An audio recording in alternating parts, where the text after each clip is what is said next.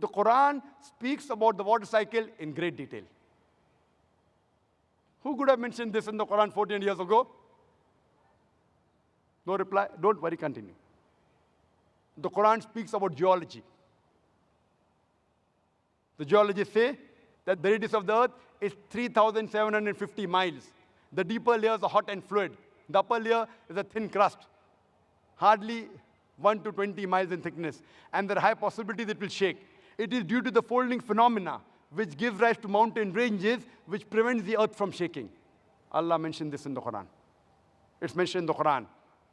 In Surah Ta Ha, chapter number 78, verse number 7 as well as 8, Allah says, وَالْجِبَالَ أَوْتَادًا. We have made the earth as an expanse and the mountains as pegs, which science has agreed today.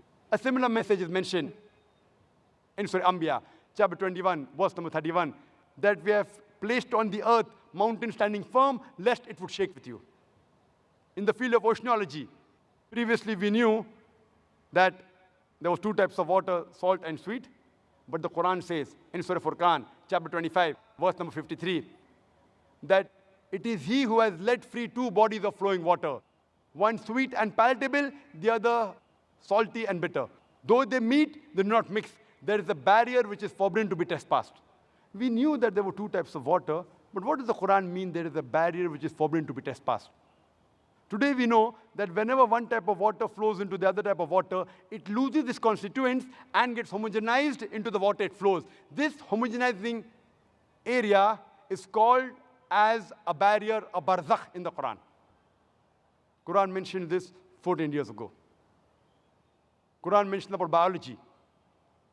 It's mentioned in Surah Anbiya, chapter number 21, verse number 30. وَجَعَلْنَا مِنَ الْمَاءِ كُلَّ شَيْءٍ أَفَلَا يُؤْمِنُونَ. We have created every living thing from water. Will you not then believe? Who could have believed in the deserts of Arabia that everything is made from water?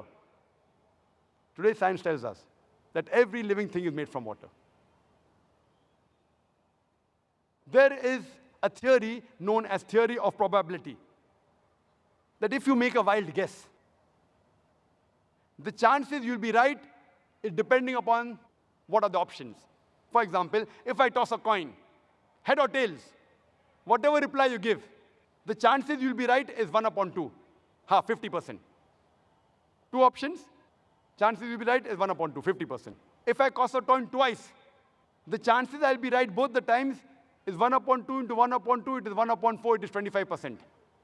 If I toss a coin thrice, the chances I'll be right all three times is 1 upon 2 into 1 upon 2 into 1 upon 2, it is 1 upon 8, 12.5%.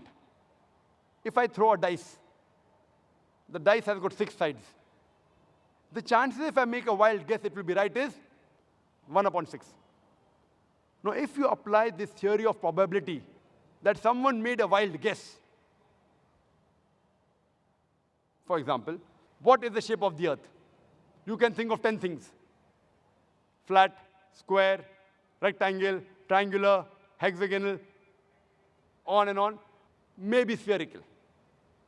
The chances if you make a wild guess it is spherical, it will be right is 1 upon 10. If you ask a person, the light of the moon, is it its own light or reflected light? If he makes a wild guess, chances he'll be right is 1 upon 2. The chances that both are right, the shape of the earth and the light of the moon is not its own light, is 1 upon 10 into 1 upon 2 is 1 upon 20. That is 5%. All living creatures made of what? You can think of 1,000 things.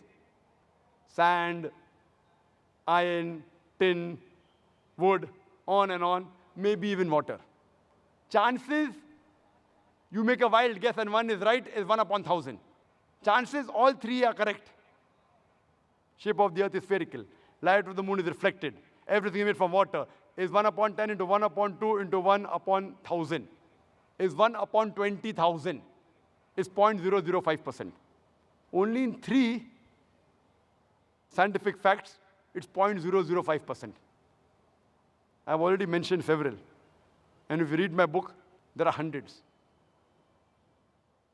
There are many things. Quran speaks about botany. In Surah A'raaf, chapter number 13, verse number 3, that all the fruits are created in pairs, in sexes male and female. Quran says in Surah Ta Ha, chapter number 20, verse 53, that the plants are made in sexes male and female, which we came to know recently.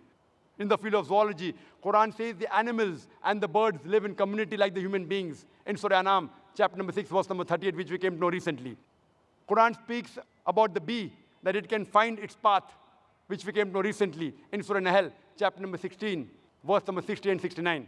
The Quran says that the worker bee, the female bee, previously thought it was the male bee. Quran says in Surah Nahl, chapter number 16, verse number 69, that the worker bee is the female bee. Quran speaks about the lifestyle of the spider in Surah Ankabut, chapter 29, verse number 41. The Quran speaks about the lifestyle of the ant in Surah Namal, chapter number 27, verse number 17 and 18, which we have come to know recently.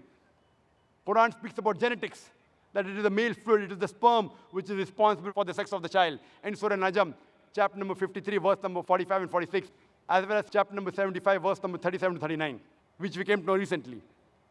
Quran speaks about embryology, that all the human beings are made from alaqa, a leech-like substance, something which clings. In Surah Alaq, Surah Iqra, chapter 96, verse number 2, which we came to know recently.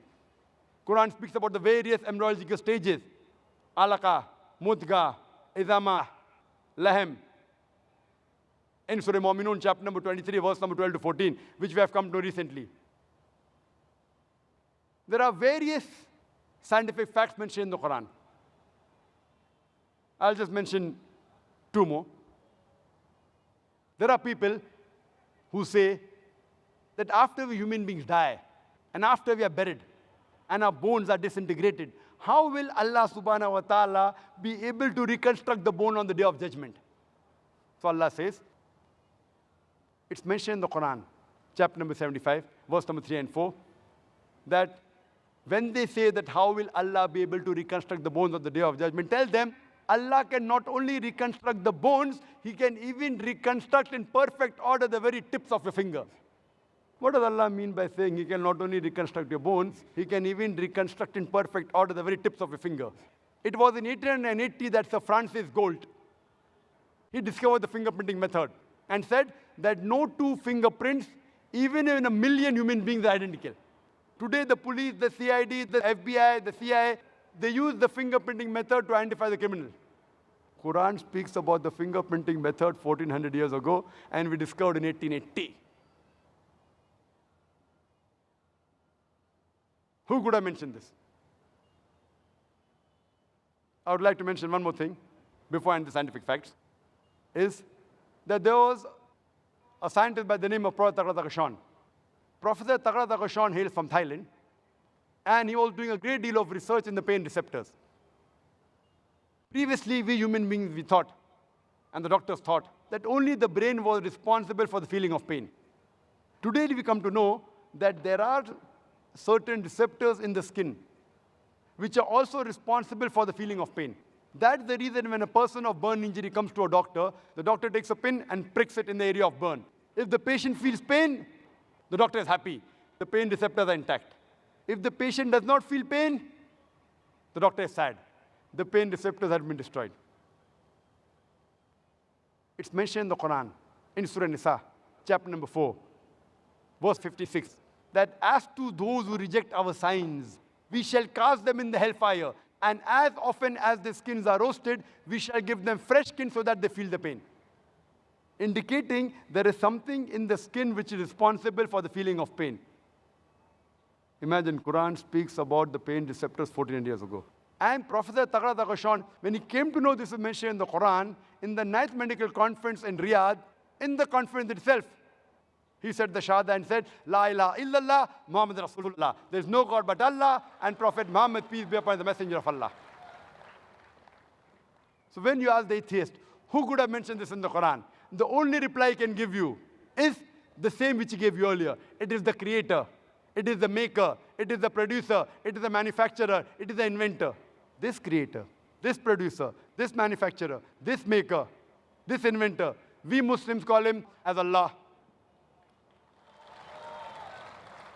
That's the reason today science is not eliminating God. It is eliminating models of God. La ilaha illallah. Scientists today, they are eliminating models of God. This cannot be God. This cannot be God. They aren't eliminating God. And a famous philosopher and scientist, Francis Bacon, he said that those who have little knowledge of science, they become atheist. But those who have in-depth knowledge of science, they become a believer in God. I would like to end my talk with the quotation of the Quran from Surah Fussilat, chapter 41, verse number 53, which says, سَنُورِيهِمْ آيَاتِنَا فِي الْآفَاقِ وَفِي أَنفُسِهِمْ حَتَّى يَتَبَيَّنَ لَهُمْ أَنَّهُ الْحَقُّ أَوَلَمْ يَكْفِ بِرَبِّكَ أَنَّهُ عَلَى كُلِّ شَيْءٍ شَهِيدٌ. That soon we shall show them our signs into the furthest regions of the horizons and into their souls, until it is clear to them that this is the truth. وَآخِرُ دَعْوَانَا الْحَمْدُ لِلَّهِ رَبِّ الْعَالَمِينَ.